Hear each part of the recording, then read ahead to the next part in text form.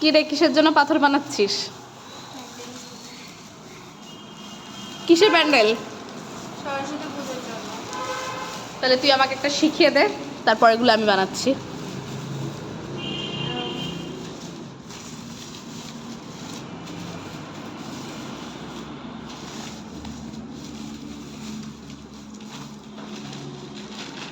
এই সবগুলো পাথর তোরা বানিয়েছিস?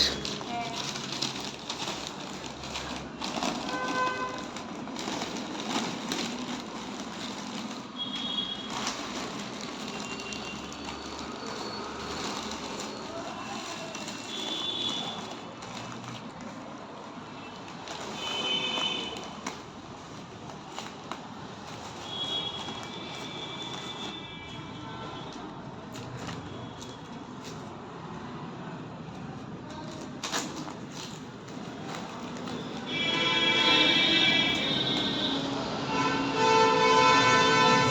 হয়ে গেছে?